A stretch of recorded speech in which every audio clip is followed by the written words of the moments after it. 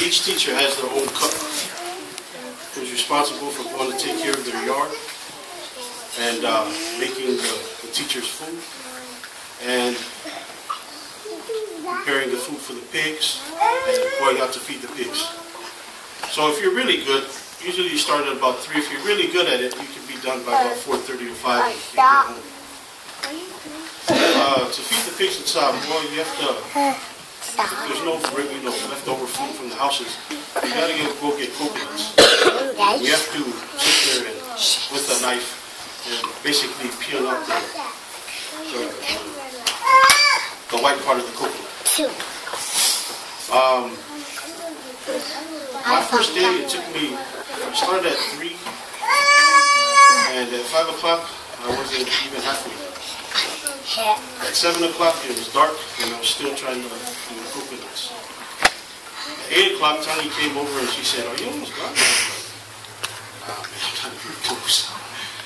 And, I really started to think that, I started to have doubts. I started to think that maybe I'm not cut out for this. Maybe the ministry isn't what we're supposed to be at. And then I got sick. I don't know what the English name of the sickness is, but in Samoan it's called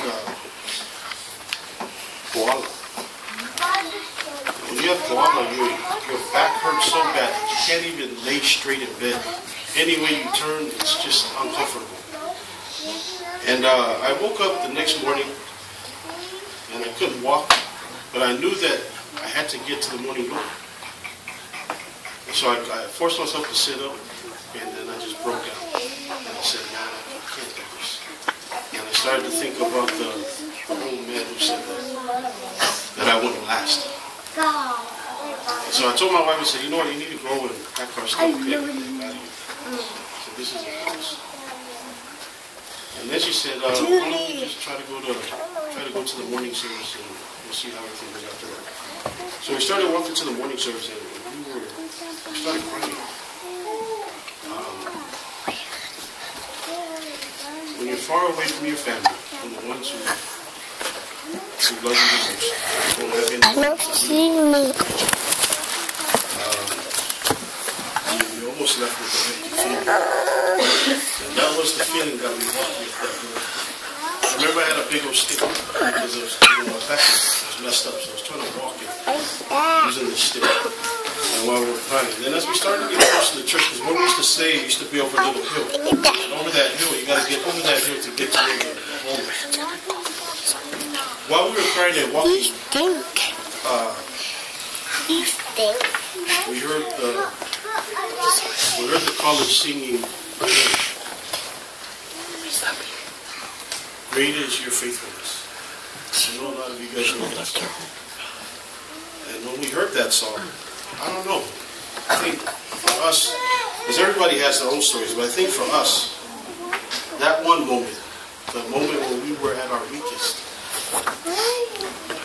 God's Spirit came and lifted us up. And we made it over to the church, and my classmates were laughing because they said I looked like Moses walking with a big old stick. And it kind of brightened up our day. And from that point on, we decided to put our heads down and keep moving along and to depend on God.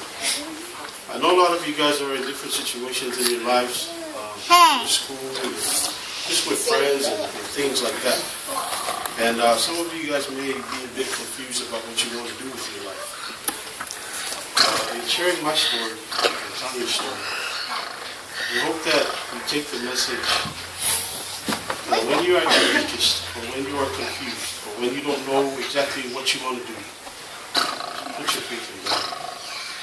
And God will pick you up and take you to where you need to go. A lot of times, people say they don't hear God, or God doesn't talk to them, or things like that. But sometimes God does, but either we're too busy or too stubborn to listen to Him. So, my testimony tonight is, you can do anything that you put your mind to if you do it. But if you do it by yourself and you think that it's all about you and doing it with your own brains and your own strength, at the end of the day, God will find a way to bring you back down. God lifts up his children who lift him up. But the ones who don't, God always finds a way to pull them back down. Bring them back down to the earth so that they know in their minds that there is only one God. And that God is the only one that can do anything. So, just that short testimony just for all of you guys tonight. Again, thank you to everyone live. Thank you for your testimony about Papa. I really wanted my wife to come over because today's been a rough day for her. Today it marks 2 years since her father passed away.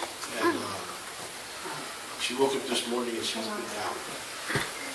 Even coming here today, she kept telling me in the car, remember today's Dad's anniversary since Dad passed away?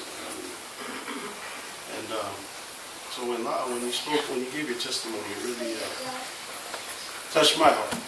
Because for all of you who have your parents who are still alive, take advantage of the time that you have.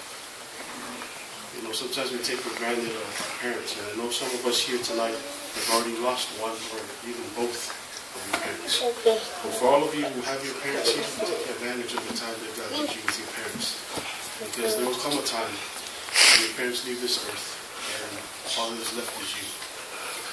If you guys have children, or if you already have children, you guys know what I mean. And there's nothing more joyful in the eyes of parents than a child who gives back that love that they give.